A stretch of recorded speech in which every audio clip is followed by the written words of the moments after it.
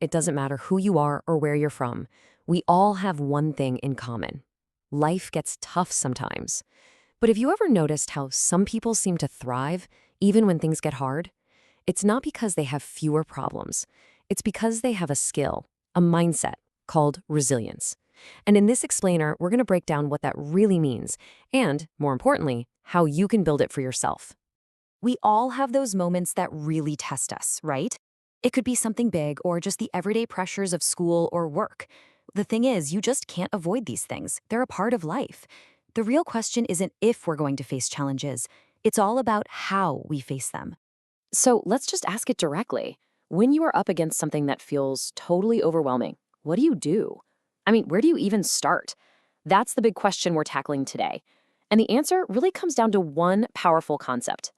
And that word is resilience, or in Arabic, al-muruna an-nafsiyya. I love that translation. It means something like psychological flexibility. And that's exactly what it is. Resilience isn't about being made of stone, never getting hurt. It's all about your ability to bounce back, to adapt, to bend without breaking when life throws a curveball. And this is a really, really important point. Being resilient doesn't mean you have some kind of magic shield that stops bad things from happening. Not at all. It's an active skill. It's about the choices you make and how you react to things. It's something you can actually learn and get stronger at, just like a muscle. Okay, so that's the what, but what about the how? How do we actually build this mental muscle? Well, our source material gives us 6 pretty clear strategies. And these aren't just abstract ideas. They're practical things you can start thinking about today. All right, let's dive into these. First up, it's all about mindset. Instead of a difficulty, see it as a challenge. Just that tiny word change makes it sound like something you can overcome. Second, take action. Look for any small thing you can do to make a positive difference. It gives you back a sense of control. Third, find your people. You are not meant to go through tough times alone. Find people who support you. Fourth, and this is a big one, focus only on what you can actually control. So much of our stress comes from worrying about things we can't change. Fifth, self-care. Find healthy ways to manage stress, whether it's exercise, hobbies, whatever works for you. And last but not least, number 6, be kind to yourself. You're going to make mistakes. That's okay. Self-compassion is huge.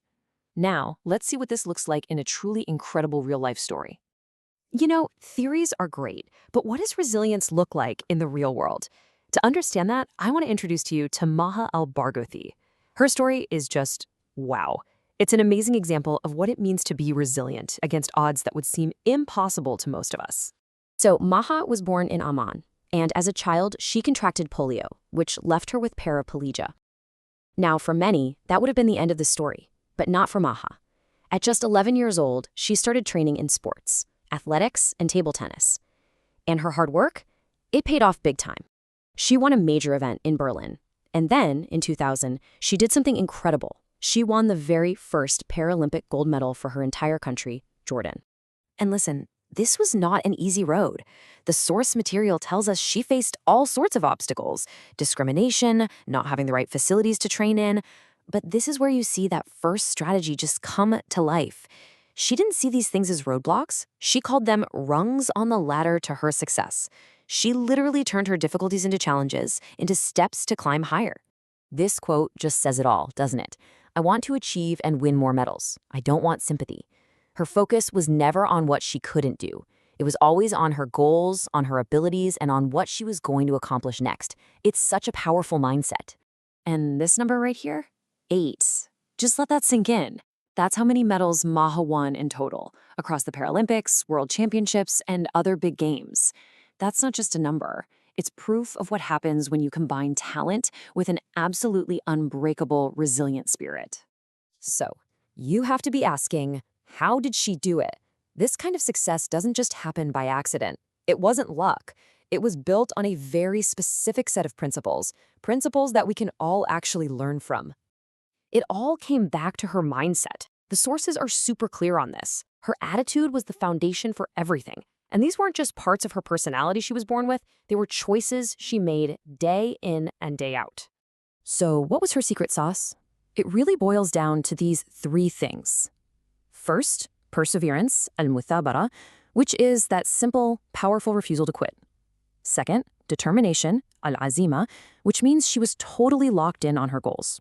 And third, faith in her own abilities, al-iman bil-qudrat al-dhatiyya. She believed in herself, even when others didn't. And that is a powerful way to be kind to yourself. And this is her advice for all of us. It's a direct call to action. Find that dream you have and go for it. Acknowledge that it's going to be hard, but believe it's possible anyway. It's pretty much her whole life story in one sentence, right? Okay, so we've learned the strategies. We've seen them in action through Maha's incredible life. But now, let's turn the camera around. Let's talk about you. It's time to think about your own story. Just take a second and think about this for yourself.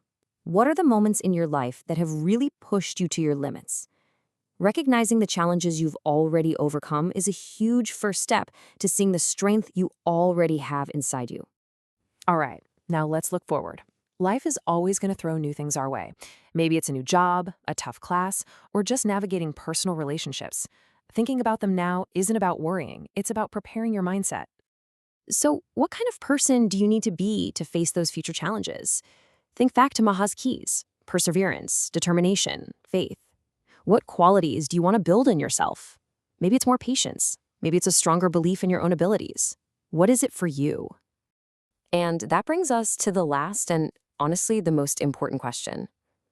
Resilience isn't just an idea we talk about. It's something you do. So looking back at those 6 strategies we talked about, which one can you start with today? Will you try to reframe a problem as a challenge? Will you reach out to a friend for support? Or maybe just decide to be a little kinder to yourself? The whole journey of resilience starts with one small step. What's yours going to be?